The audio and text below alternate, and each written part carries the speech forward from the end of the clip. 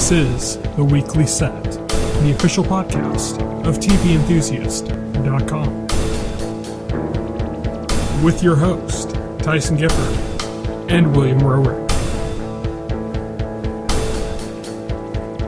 Episode 126, recorded September 21st, 2017. Hello, everybody, and welcome to The Weekly Set, the official podcast of TVEnthusiast.com. I'm your host, the editor-in-chief of TV Enthusiast. My name is Tyson, and joining me today, as always, is my partner in crime here at TVE, William Roerick. Hello. So today we are going to be talking about The Tick. This is the new adaptation from Amazon. Amazon recreated The Tick that we had previously had a live-action series, a cartoon that I think they ran at the same time, didn't they? No, the cartoon was in the mid-90s, and I believe the TV show was early 2000s. Okay. They were close, though. Yeah, so they're a few years apart. Less than 10. The cartoon ran for a few years, too. Yeah, so it wasn't like... So the cartoon ran till 1997, okay. and then the TV show started in 2001. So there were 4 years between them. So it wasn't a long gap. But based on a comic book by, was it Ben Edlund? He created the comic book, and then, of course, he was involved with all subsequent media. He was also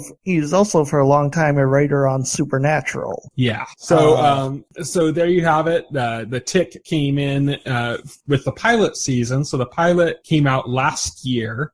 We watched that and we talked about it along with some other pilots at the time that have since had their shows debut, except for I still don't think they've done the Jean-Claude Van Johnson or whatever one. Ben Edlund, besides creating the Tick in the 90s, he's been involved with a lot of good TV shows. He's been involved in Firefly, Angel, Supernatural, Revolution, Powers, Gotham, and Point Pleasant are the TV shows on his resume, besides the both series of The Tick. Mm-hmm. So he's got quite the resume, actually. Working with Joss Whedon and Eric Kripke then, so that's good people to have company with. And, of course, The Tick is classic. I mean, we all know Spoon. Yeah, we all know Spoon. Yes. Exactly. So this new adaptation of The Tick, I think people were initially a little bit worried by the casting of the guy playing the Tick because the one in the original live action series was so iconic. He'd worked on shows like Seinfeld and he does like voices on, Family Guy and stuff. So he's a really well-known and he has the look. I mean, yeah, he has the look down. I mean, you think it's weird, right? Because that show only lasted 9 episodes, and I'm sure only like 5 people watched it. but I know when I think of live action Tick, he was like a natural live action embodiment of the character. Yeah. So it went on a little bit of controversy at first about that. Peter Serafinowicz, I'm probably saying his name incorrectly. Who was in Shaun of the Dead and Guardians of the Galaxy. He was in the first one. Yep. His character died in the first one, so only in the first one. He was kind of like a little bit of an off pick for the Tick that people were kind of a little worried about. Then the first screens started coming out and the costume was kind of weird. The costume's it still looks weird to me. I still think the original costume looks the best just because it's so clean and simple. The new one, I don't know, it looks a bit more busy. Yeah. But what's interesting is that they changed the costume between the pilot and episode 2. Did they? Yeah. I'll have to rewatch completely different. I gotta admit, I did not rewatch the pilot for this podcast because either did I, but I've looked at pictures when I've been doing Google searches, and so it is different. Yeah, the first costume for the pilot was like this pale blue, and it had like this really deep texture over the entire suit, and I think that's a lot of what threw people off. Is it was oh, this is this weird pale blue that's super bubbly looking and textured, and it just kind of looked a little strange. And they went with this brighter blue, lesser textured. Okay. So it's somewhere between what the pilot episode had and what the original The series brighter had. blue definitely fits the Tick. Like, the Tick is like, the brighter the blue, the better. Yeah, so that threw people off at first, but I have to say I really like Peter's performance as the Tick. I think he kind of channels a little bit of Adam West in there. Did you pick up on that too? I really picked up Adam West. I really feel like that's what he's going for with the character, is more of an goofy Adam West style, rather than trying to emulate what Patrick Warburton did with the character, or even emulate the character from other media so much. Yeah, I think it's like a weird combination of Adam West, and this is going to sound weird, but like Andy, who was Chris Pratt's character in Parks and Recreation. Oh yeah, just because Andy was like, you're so stupid and easily impressed, right? and I think like the combination of that and Adam West Batman is like, that's exactly what this Tick is, and I love that. I think it works so well. Yeah, I think it works really well, especially with Arthur Dick Straight Man. Yeah, he's very neurotic in this version of the Tick. Yeah, he's very neurotic in this version of Tick, which works. Especially when when Tick is on the screen with him, because Tick is so boisterous and enthusiastic, yet at the same time stupid. he's a dumbass. So and he says like all these, and he says all this stuff that's supposed to like sound wise, and like imparting like these completely idiotic, nonsensical metaphors. Yeah. And it doesn't take much to just completely confuse him and throw him off. Right. Like anybody says anything. Like at one point there's a party and the Tick encounters Arthur's stepfather, who's played by Francois Chow from Lost. He was the guy in all of the Dharma videos. Oh yeah, I recognized him like immediately. I was like, shit, I know that guy. So he played his stepfather Walter, and at one point, like he like immediately got on with the Tick and was like, they're having a little jovial conversation, and he's like, they like kind of reveal like Walter is a bit dense too. So at least that's the impression I got, that he's like a bit simple. Yeah. Like Tick. So what was great was when Walter said, are you wearing a costume, or is that just you? And it just blew the Tick's mind. Like, wow. Just am completely I naked? Or am I not naked? or am I never naked? Yeah. It was very funny. Tick was great. His relationship with Arthur is great. It works so well. I like the kind of spin of mental illness that they really set up more in the pilot than anything else. And it's kind of a little bit in the series as it goes along, but it's kind of a little bit more truncated. But in the pilot, it's a much darker story of this kind of like, him questioning. And they really kind of set it up like maybe the Tick's not even real. Right. Like he's a manifestation of Arthur's like psyche or something. And they play with that like in the episode where they revealed the answer, they really play heavily on that up until the reveal. Yeah. When Arthur decides that the Tick is like, Arthur has this breakthrough and he's like, holy shit, the Tick is just a figment of my imagination. I am going insane. And so he meets up with his sister and, and she can see the Tick and he's just thinking like that's in his head. And she's like, no, I can see him. And then just the Tick just completely invades his personal life from that point out. Pretty much, because of destiny. Even though it's revealed that the Tick doesn't know who he is or where he came from, or even why he has powers, or In fact, it's not that the Tick doesn't know who he is. The Tick doesn't remember anything from before he met Arthur. Yeah, which still leaves it open that maybe he is like some kind of manifestation of Arthur's psyche, but like in a supernatural sense. Maybe just like in a sense that everybody can see him and that he was like born from Arthur's psyche somehow through some psychic phenomena or something. Maybe or they're linked somehow. That they can totally do that because I don't think, I'm not an expert, but I don't think his origin was ever explored or revealed. Not in great detail, at least. Not in any great detail. This origin story has basically been the case in like every piece of Tick media, and that he just like sprang into existence from basically nowhere, and he doesn't even know who he is or why he is. But unlike other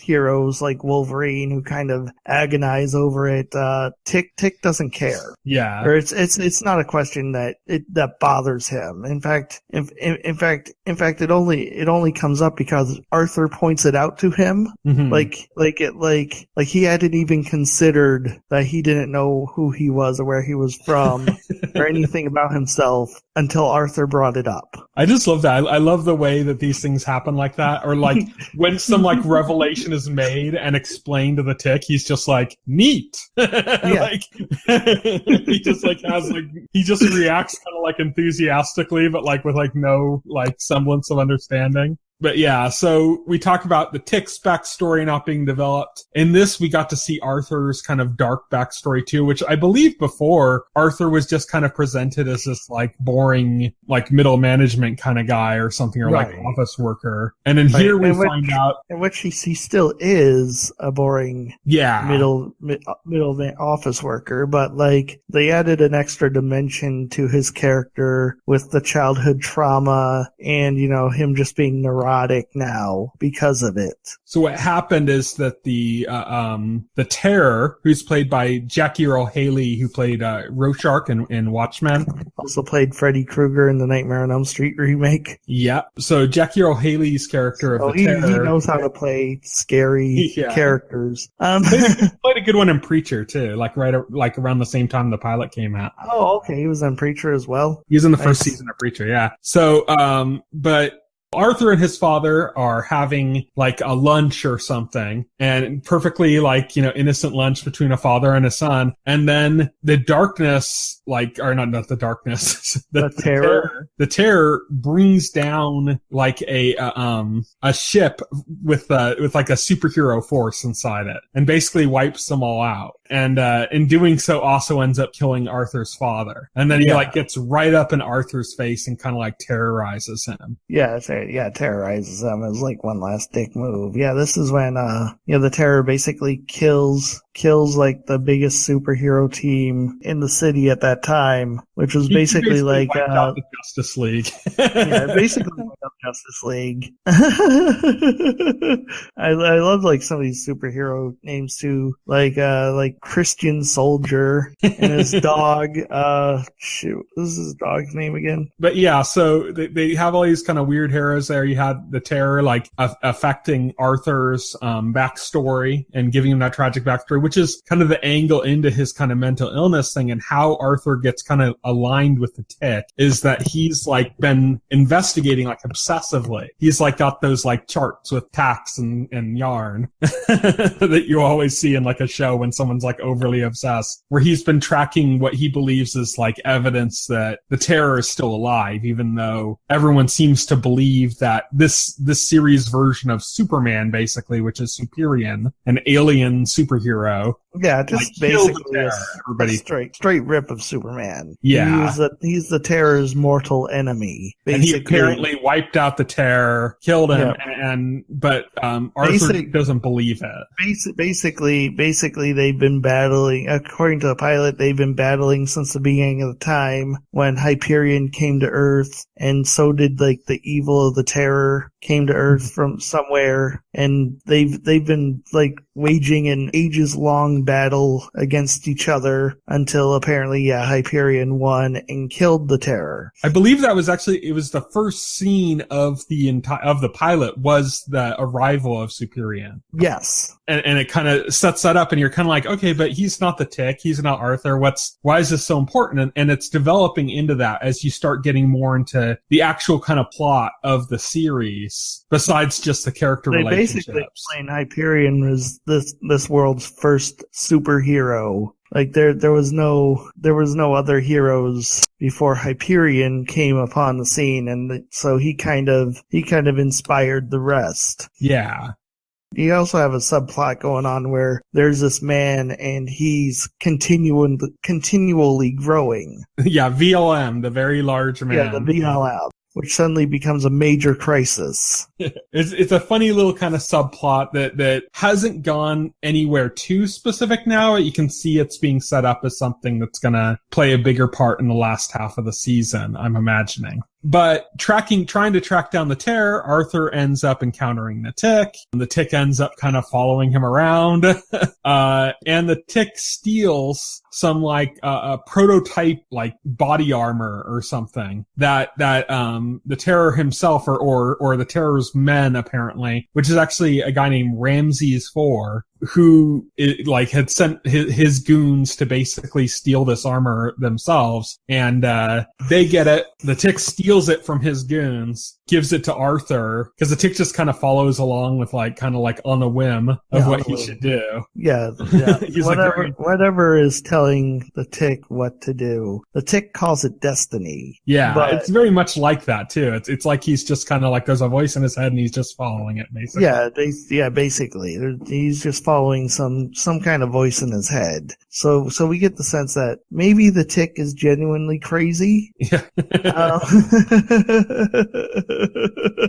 Or maybe he's being used by somebody. We don't know the details on that. But Ramses IV is the person that the Tick steals from the suit from. He has somebody working under him named Miss Lint, who was the number one lieutenant under the Terror when the Terror was around, but then the Terror's perceived to be dead, so Ramses took over, and now she works for Ramses. And Miss Lint was actually a derogatory name given to her because she's got an electric power, but because of that, she's constantly generating static fields, and those she just attracts lint. Yeah, I just love how through the series you're always seeing her getting plagued by lint. Yeah. Oh yeah, constantly. She'll make this epic entrance, and then you'll see some lint rolling around on her forehead or something. There's one scene where she has to get ready by rolling a lint roller all over herself. Yeah, so she has this name Lint that the Terror inspired her. We see it in a flashback. Inspired her to use that name and own it and make it something that people are afraid of. Because she killed the person who called her that. And then the Terror was well, you don't kill people because they call you derogatory names. You kill people because it's fun.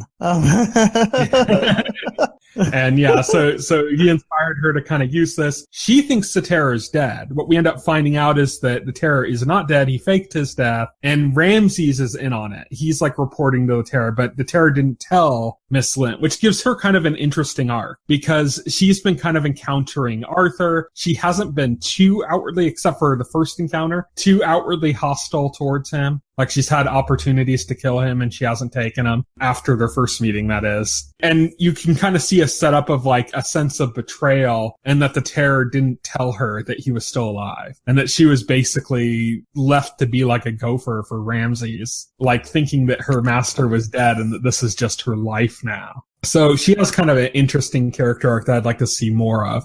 Right. And we'll have to see where that goes. So there's a whole kind of other story going on here as well, which is that we have this kind of Punisher kind of story wedged in here. It's kind of a parody of Punisher, and it kind of plays well because it's similar to the Punisher Daredevil dynamic we had in Daredevil season 2, because we have a character who comes in called Overkill. Yeah. He's basically like the Punisher. He's a military guy wearing he's a military guy wearing armor. He has a skull face. Yeah. And he kills bad guys. And what I love about this is these bad guys, they got Arthur, he kills them. He's after Arthur's suit as well. Mm-hmm. And it's basically ends up being revealed that he's after the suit because he's trying to track down the Terror as well as Arthur, mostly based off of research Arthur did himself. Yeah. So he's got this kind of weird position where he's respecting Arthur's work and using it, but basically dismissing Arthur to get out of his way because he needs to maintain his anti-hero status. Right. And he's trying very hard to maintain that status. And the Tick doesn't approve of his murdery ways. At first, after the bloodbath, Arthur is actually brought in for questioning. basically Arthur lies to the police and says that, basically to prevent them from finding out his real identity, he lies to the police and says he's a hero registered with Aegis, which is a agency that regulates superheroes. It's pretty much shut down. and that's the particular branch in that city is shut down. We find out. Well, they capture Ramses at one point, and they try to take him out, and the branch is shut down, so they have nowhere they can take him. And Ramses ends up just escaping. Basically, that branch was shut down because that city has had a superheroes in it for like a long time. So. Yeah, there's like little like kind of logistical problem humor that kind of runs through this whole series. It's really funny. But what I think I like most about Overkill is that his sidekick, per se, is his boat that he lives on. Oh my God. Danger Boat. Yeah, Danger Boat. It's like this talking AI. It's basically aping Knight Rider. Is what it is. And Danger Boat is portrayed by Alan Tudyk from Firefly. Right. So very iconic voice. He does a lot of stuff. So he was also the voice of the robot in like Rogue One and stuff. So he does a lot of stuff like that. But he's the boat, and they have this kind of like weird like hostile relationship. Oh, like Danger Boat's always making like snide, snarky comments to him, and he's just like, shut the hell up. And he's like, Overkill's just trying to be too broody. Yeah, he's just trying to be too broody. He's brooding while eating like bad canned foods and stuff. Like all he's eating is this one canned food. It's basically spam. Yeah, that's all it is. He just eats spam. They call it something else. Like, but why don't you eat something better? Yeah, he's just got like a whole ton of cans. That's like all he has. So that pretty much covers most of kind of what happens really in the series. Is you have this plot going on that's related to Arthur's armor, and the fact that this is actually something that the Terror wanted. One other thing we find out is that the armor is like the secret apparently to killing Superior. Yeah, or Hyperion. And I thought I had it down as Superior. Yeah, apparently the armor is designed to kill Hyperion, they find out, which is the Terror's ultimate goal. But the armor's registered itself to registered Arthur. itself to Arthur, so now it looks like if the Terror is going to accomplish that, he's going to have to use Arthur to do it somehow. So basically, the Terror reveals himself to Miss Lint to be alive still. And he foreshadows this too because he tells Miss Lint that he's finally figured out a way to do the one thing he's always wanted to do. Mm-hmm. And he doesn't come out and say that, but you can guess that's kill Hyperion. And we find out that suit is the key to that plan. And so the pieces start falling into place. Which is cool because they actually made Arthur like not just this kind of like stupid sidekick character to the Tick that's kind of pointless. Right. Like he is in most of the versions. Like where in this he's actually like so deeply interconnected to everything that's going on in like kind of interesting ways, which makes it really kind of cool. Like he's actually a very competent detective. Yeah, he's actually in finding information on the Terror, but he's also the person that the suit is registered to. And so he's got all these things kind of connecting him into this plot that makes it really interesting and ties his destiny to the this Ticks. Plot which otherwise wouldn't even involve Arthur or the Tick. You say it involves Tick because the Tick purposefully inserted himself into the plot by stealing the suit in the first place. Mm-hmm. But Arthur was just kind of haplessly thrown into this mess against his will, very much against his will. Mm-hmm. Like Arthur, his goal was he wanted to find out, to prove the Terror was still alive. And I don't even think he knew what he was going to do after he accomplished that. He just wanted, if he had proof, he just wanted to expose it. Yeah, he had proof, he just wanted to expose it. This is part of what had him like institutionalized at several occasions, that he like had made this claim with no proof and like nobody believed him. And he was like so obsessed that this is like the root of everybody thinking he's got this mental illness that he really doesn't. Because, at one point, like Ramsey says, oh, you saw the teeth. What more proof do you need? Yeah. And so everybody was very thoroughly convinced, like, the Terror's Brews, like, really did fool everybody. But that's pretty much the plot of the show and like kind of what happened. I want to talk kind of about the tone, and we've kind of touched on it a little bit, but what do you think of this kind of darker tone as opposed to like the lighter tone of both the cartoon and the live action original series? I think it works. I think it contrasts well with the humor. Yeah. Also with the kind of, because, you know, even because, you know, they made it darker in tone, but they didn't change the characters to suit it. Like the Tick didn't become any more brooding or, you know, or quote unquote real. You know? He's still Adam West Batman. Yeah, he's still Adam West Batman. It's kind of almost like if you put Adam West Batman in The Dark Knight Rises, you know, or The Dark Knight. That's the thing. It's like not just him, but like Miss Lint and like the constant stuff with the lint on her. I was cracking up when Arthur used the vacuum cleaner on her. Right. I think in a way it's almost like a parody of this trend of superhero shows and stuff, you know, going darker. Yeah. You know, starting out, you know, as this lighthearted fun things, and then getting darker as more current adaptations come out. You know, so the Tick went darker, but it didn't go any less funny. It didn't go any less funny. No, it's parodying that trend, if anything, you know, in a very smart way. So another thing I wanted to talk about was the split. So there were 6 episodes of The Tick. That's 5 new episodes added to the pilot, which had come out last year. So it's 6 episodes. At first I'm like, oh, okay, that's a season. After finishing it, I'm like, God, there's so much left open. This just doesn't feel like a season. Then I looked it up and went, oh, okay. They split the season, and they did it on purpose too. Like apparently it's done. Like they already have all their episodes, but they stopped and did the split specifically to try to encourage, this is what Ben Edlund said, was to try to encourage like the kind of water cooler talk that you can get on episodic TV, but you don't get on stuff that's dropped all at once like you would have on Netflix. Right. So, which I don't think is necessarily that smart because it hasn't really incurred that much water cooler talk at all, the series. I mean, unfortunately, it's not going to be one of those water cooler shows because, you know, this isn't Game of Thrones. This is Game of Thrones. This is like a very niche property. It's always been pretty niche.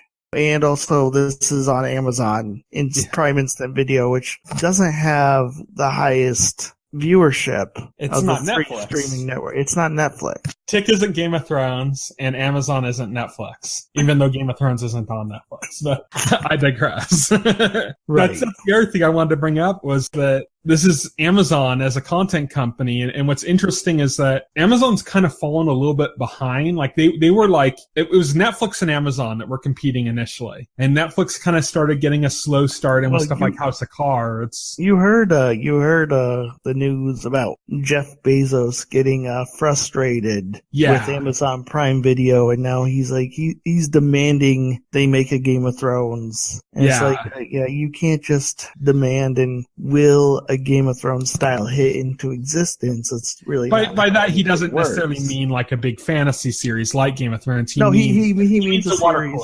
No, he means a series that gets the same amount of views, you know, the viewership of Game of Thrones, you know. Even more than that, I think it's a conversation. But you can't will that into existence. Sorry. Yeah. Like Netflix has had a few kind of like that beginning, and their biggest one along those lines is probably Stranger Things. You know, how long has HBO been around before Game of Thrones came out? You know? Yeah, but HBO's had other ones. They had The Sopranos. They've had The Sopranos, yeah, but I think Game of Thrones is actually bigger than those shows. Oh, yeah.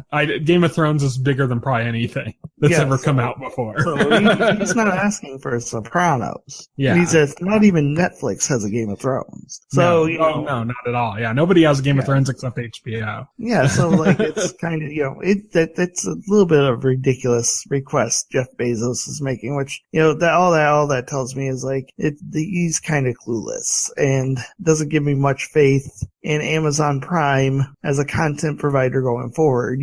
I think you swing for those home runs, but you don't like stake the future of your business on it. See, what's interesting is that, like, when Netflix started out with stuff like House of Cards and Orange is the New Black, they started out a little bit small. Like, now it's just insane. Well, yeah, because now, like, Netflix every week they're debuting, like, 1 or 2 new shows. It's, like, insane. Well, Netflix took a more pragmatic approach, which is like, okay, let's build up a library of quality original content. They did it from the perspective of that they were losing content from other content companies. Right. And they basically made the smart approach which was to say, let's make shows that fill those niches that are left behind. Yeah, so exactly. Like, we lose a military action show, let's get a military action show. We lose this, we get that, you know, and ones that they fully own, like you said, yeah. So that's kind of the approach Netflix took, where Amazon kind of went this like lower budget route, and they kind of said, let's reach out to some kind of interesting ideas and do this kind of pilot program thing, which is interesting and kind of cool and stuff. Well, here's the thing, they're not even following through on that idea. Okay, because somebody mentioned Oasis, right, from the last pilot season. You know, the same pilot season Tick comes from, and the Marvelous Miss Maisie, or whatever.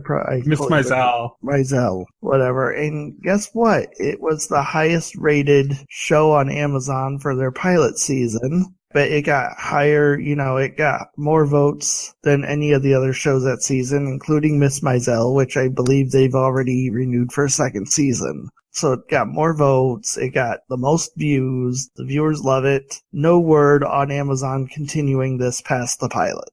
Yeah. And all the other shows that were lumped in with this either got full pickups or, you know, nothing. So I think it's a budget issue, because it's got to be a budget, but then why trap that out to people? And like, you know, if you had like no intention because of budget, it's like, it's stupid, you know. I think their concern is that while it did get success, it maybe didn't get as much as they expected. I'm looking at the customer reviews right now. 87% of customer reviews for Oasis are 5 stars, with 10% of reviews being 4 stars. It probably was the number of reviews, and the number of views themselves were not high enough. And the number of talk. There's 16,247 reviews. Like 90% of those are 4 or 8. You know, over 90% of those are 5-star or 4-star. Yeah, but what I mean is that it's 7% of 16,000 reviews. What I mean is that they had a higher standard for that show than they had for the other shows. Right. For the other shows are like, we need this amount, which is kind of modest. It's hard to beat a nearly unanimous 100% viewer approval rating. No, I don't mean that. I just mean like, I think they wanted more talk. Like they wanted it to show up on more podcasts. They wanted it to show up in more. They wanted more people talking about it. They want more media buzz, basically. Yeah, and they didn't get that. Yeah, and I think because of that, like, you know, it's like if you were to do something like, say, let's have fans rate Supernatural. Well, Supernatural doesn't have a huge audience, but the people that are still watching it love it. You can call pilot season and sit there and pretend the Amazon subscribers choose the shows that get made. Oh, they don't. When you totally ignore them. And they did note that, like, it does say that in their pilot program. It's just kind of like a little obscured in the way it's written, that the fan votes play a part in what they pick. Right. Like, they don't decide, like, Amazon's still deciding, but they're taking that into account, which is like, well, duh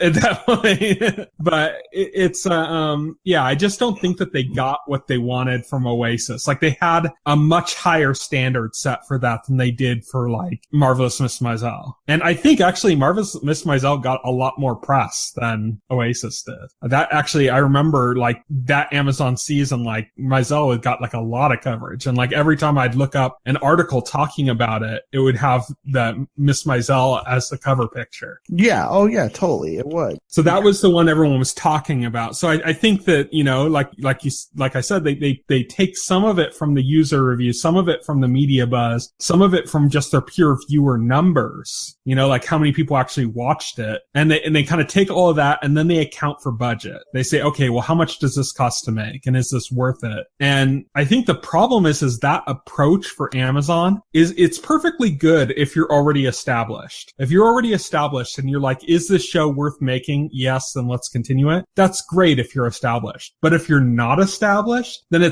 you're not going to produce like knockout hits like that. You have to like invest. You have to invest in talent, and you have to invest heavily. I mean, Game of Thrones, like the budget's blowing up over time for that series, but even its pilot was like ridiculously expensive, and that's like, you have to do that, or, like imagine if HBO had cheaped out on Game of Thrones on the pilot. It wouldn't have gotten the same attention that it ended up getting. And it would have hurt the series as a whole. And the series wouldn't have been able to get popular enough to be able to get the kind of stuff it has now, which is like absurd, like the level of budget that show has. But like, it's, I think they cheaped out too much. And that's like the problem with the Amazon stuff is it almost always feels a little cheap. You know what? Even the Tick, it's really funny, but it feels cheap, It's just odd to me because Jeff Bezos wants a Game of Thrones style hit, and then when you got something that has 16,000 viewer reviews, like people who actually watched it, and they're all unanimously, in that 4 or 5 star range, you might just have that hit on your hands that you were looking for, but they're just gonna ignore it and they're gonna flail wildly looking for whatever this or that show that's gonna. I just don't understand the strategy Amazon is going for. I get that it's expensive, but Game of Thrones is expensive. If that's what you want, you have to spend the money. Sorry. I don't know if it delivered enough to be worth that expensive. You know what I mean? Right. Well, yeah, they don't know, but it's like one episode. Yeah. And if I was running Amazon, it does seem silly. Like that had a lot of potential. I'd be looking at the reviews of people who watched it, and they haven't denied the show's coming either. They just haven't. And, I mean, I would take a chance on it. I would give it like 10, maybe 6 episodes, see what happens. Amazon right now is, I think, like the 3rd or 4th like wealthiest company in the world. Right, they can afford it. Yeah, they can easily afford to spend, and they have on some rare occasions stuff that's not even associated with pilot season. Like they picked up the Top Gear, not Top Gear. It's the same people from Top Gear after they left Top Gear. They picked up their show, and that Amazon was very expensive. One of Amazon's problems is I don't think they understand how TV works. If we use this as an example, like, sure, maybe this first episode of Oasis didn't do what they want them to do, but Game of Thrones wasn't like a home run from like the first episode, from like the very first episode, It took some time for like buzz to go around and for people to get interested in. And I really think it was like, I really think the end of season 1 with Ned Stark dying is really what kicked off what ultimately ended up making the show so popular. I think that brought more viewers in for season 2, and it just kind of snowballed from there. Yeah, I agree with you. I can kind of see where, and like, that's how television budgets. That's how television works, because shows need time to build buzz. Rarely does a show come out from the gate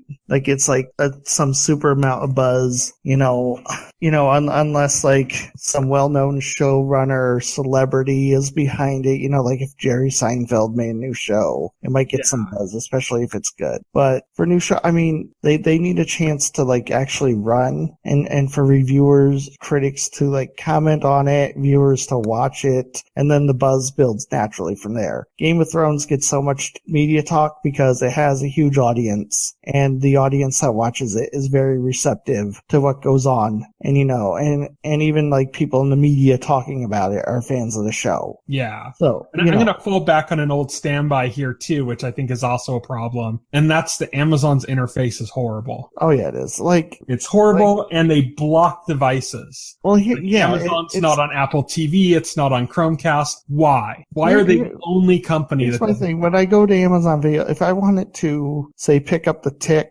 from where I left off, it doesn't show up for me like what I recently watched. So I have to go through like... You're basically using the shopping interface to watch shows. Yeah, I have to search for it to find it and pick up where I left off. And that's just not Oh, that's just not ideal. Yeah, it's bad. It's a bad interface. It's very poorly done. And like I said, the fact that they don't support like Apple TV and Chromecast is just ridiculous. Like those are, Chromecast up until just recently, where it was supplanted by Roku, was the number one streaming, streaming device. And they didn't support it, like, because they had their own streaming stick and they wanted to have a monopoly. It's like, that's stupid. Nobody wanted the Fire Stick, and you're trying to sell your content. Stop worrying about the fucking hardware and just put your content on everything. That's what Netflix did. Netflix went and they said, you buy a toaster, put Netflix on it. Got a fridge, put Netflix on it, Pretty much. That's how Netflix, that's how you pop a zip, Netflix is inside it, It's Amazon is like so stupid. Like, them restricting the devices you can watch Prime on definitely hurts it as well, whether Amazon realizes it or not. Mm-hmm.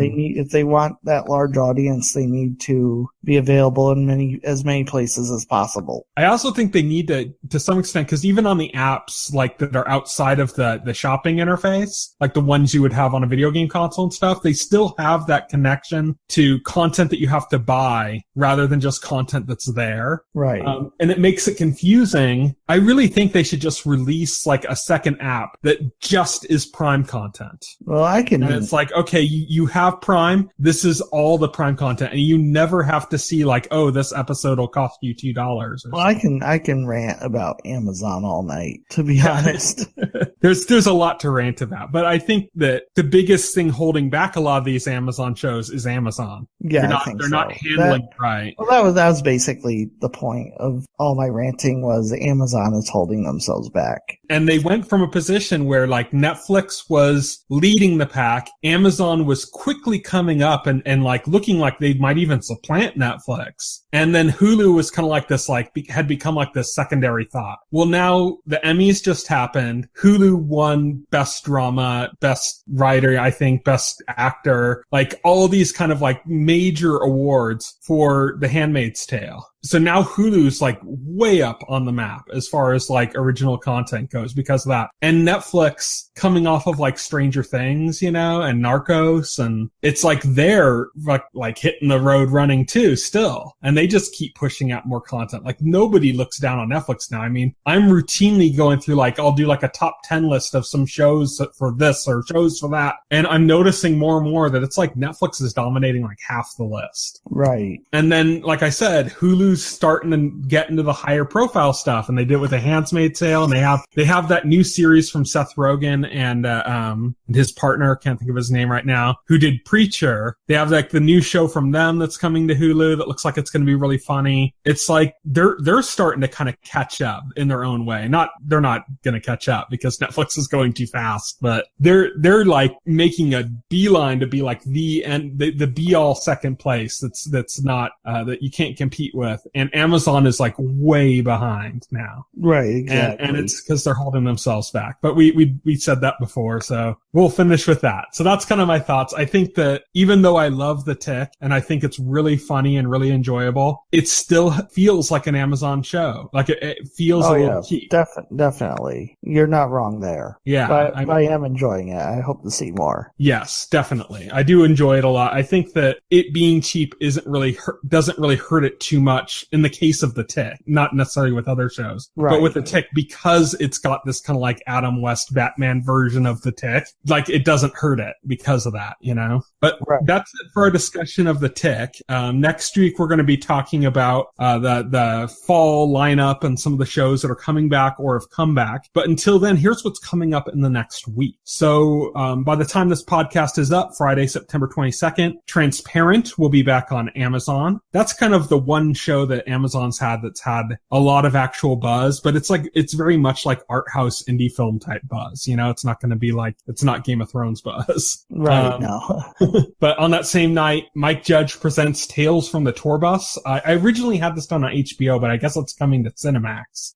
This is like an animated thing. I lost a little bit of interest when I found out it's about country music, but it's an animated comedy from Mike Judge, which is, creator of Beavis and Butthead and King of the Hill. So So it still has potential to be pretty good. Fuller House comes to Netflix, and so does Neo Yokio, which is kind of like an anime, a takeoff of anime that's a Western and has like a star-studded cast, I guess. I don't know. Doesn't look that great. No, then on Sunday, September 24th, 2017, Star Trek Discovery. So definitely going to watch the first episode of that. And I think that's all that's supposed to be on CBS. Everything else after that's on CBS All Access. So my prediction, definitely going to watch the first episode, and that's probably it. Because I can't see myself ordering CBS All Access. I don't know about you. Yeah, no, I won't. I guess I'll just watch the Orville instead. Then on Monday, September 25th, 2017, Me, Myself, and I comes to CBS. This has got I think you were telling me about this one time, that it's got yeah, this was on when we were doing the pilot trailers, back in May. It's got one of the SNL alum in it. Yeah, SNL.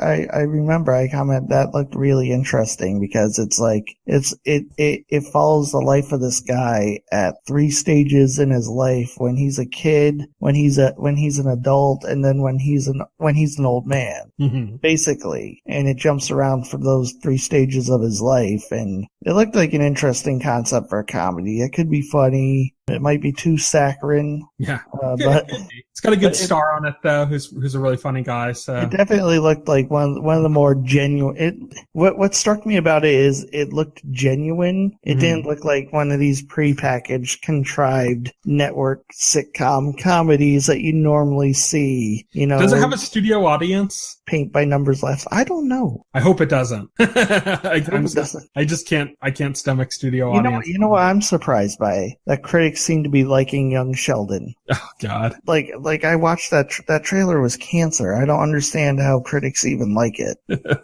Yeah, I didn't add that to the list, but I think that's coming up that week too. But then they're like trashing Orville, which I didn't even think was that bad. So yeah, I guess I'm just not with it. Critically. Also that day, The Good Doctor comes to ABC. This is the kid from Bates Motel. This is his next show where he plays like this kind of autistic doctor who's like brilliant. Oh yeah. I still can't think of that kid as anything but like a sinister serial killer. So yeah, it's very interesting. See him as a doctor, and I'm just thinking, no, he'll murder you. And then on NBC that same night, The Brave starts. This is the first of what seems to be the big trend for this fall season. A military show. Military shows, and none of them look good. No, they all look like crap. But The Brave is like the first one. And the hilarious thing is they all look like exact copies of each other. Oh yeah, it's hard to differentiate them. Like I have no idea. What show is David Boreanaz in? I don't know. I think he's in the CBS one. I know just the network, not the show. But I think that's on here too. So then on Tuesday, September 26th, Lethal Weapon comes back to Fox. This is actually surprisingly good. Oh, really? I'm surprised. They really there's a lot of chemistry between the two actors, which was a big part of what made the Lethal Weapon movies work, was the chemistry between the actors. And that's kind of what the biggest out was. Like when you have an entire movie franchise based on the chemistry of the 2 leads, how do you adapt that into a TV show? And the answer is, well, you get 2 other people that have really good chemistry. And it's actually surprisingly good. It's a police procedural that's more on the fun side, like a Hawaii 5-0 kind of thing, but not as stupid as Hawaii 5-0. But it's fun, and the characters do have good chemistry, so it ends up working fairly well, I think. Also on Fox that night, The Mick comes back, which is one of the best comedies of last year. I'd say like there were like 3 or 4 really good comedies last year, new ones, and The Mick was one of them. That's got what's her name? Something Olsen. She's not one of the Olsen twins, but her last name's Olsen, who is in Elizabeth Always Sunny. Yeah, who's in Always Sunny in Philadelphia. The Mick is kind of like her new show on Fox. It's really funny. Brooklyn Nine-Nine comes back on Fox. That's long-running, really funny show as well. This Is Us comes back to NBC. That was like the huge hit of the last fall season. And Law and Order True Crime, The Menendez Murders comes to NBC. So now NBC is using their existing police procedural franchise to leech off of the success of all the true crime shows that have come up. And they're literally calling it Law and Order True Crime. It's a full season-long story about the Menendez brothers. Wednesday, September 27th, 2017. The only reality show I like, Survivor, is back on CBS. Man, I never watched it.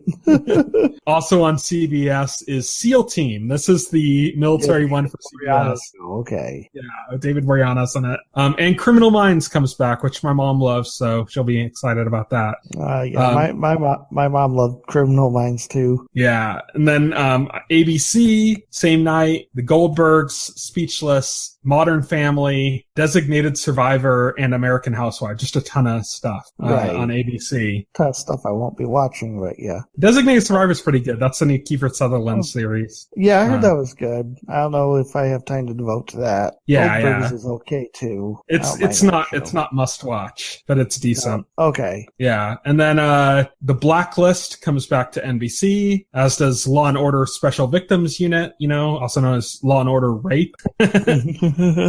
Empire comes back to Fox, and there's a new series coming to Sundance that night called Liar. That's actually from the creators of this show called The Missing. That's just like a British show that's really good. So I'm kind of looking forward to Liar, and I think it's about like these two people that went on a date and how like it affected the people kind of around them and stuff. But it's like the people involved behind it that make me go like, okay, this could be interesting, because The Missing was like really, really got into like the impact that something could have on like a larger community. So I think that's something to look out for. Then Thursday, September 28th, Startup comes back to Crackle. Gotham comes back to Fox. Great News that comes to NBC. This is a Tina Fey series. Will and Grace comes back to NBC after years off the air. I don't care at all, though.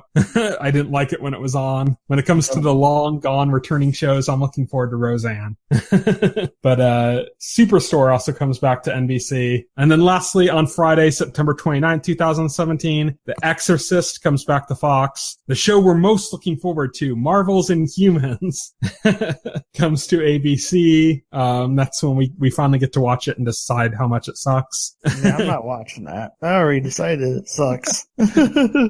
Big Mouth is coming to Netflix. This looks kind of interesting. It's an animated series. It's got a pretty good cast too, and it's like about puberty. So it's like a Simpsons-esque comedy about puberty, and like everybody going through it. So it actually looks like it's going to be pretty funny and have like kind of a coming of age dynamic to it that might be interesting. And then there's a series called Tin Star coming to Amazon, and Z Nation comes back to Sci-Fi. Z Nation is kind of like a schlocky zombie show. It's like if you've been watching The Walking Dead, but you're just like, it's always so serious, like watch Z Nation. They have like aliens and tornadoes with zombies in them and stuff.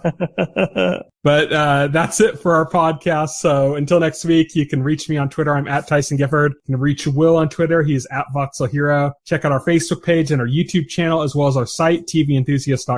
You can subscribe to the podcast through any major podcast client like iTunes or Pocket Cast, and the entire backlog of our podcast is available on our YouTube channel. So thank you everybody for listening. Good night. Good night. If you would like to voice your opinion, send an email to theweeklyset@TVEnthusiast.com.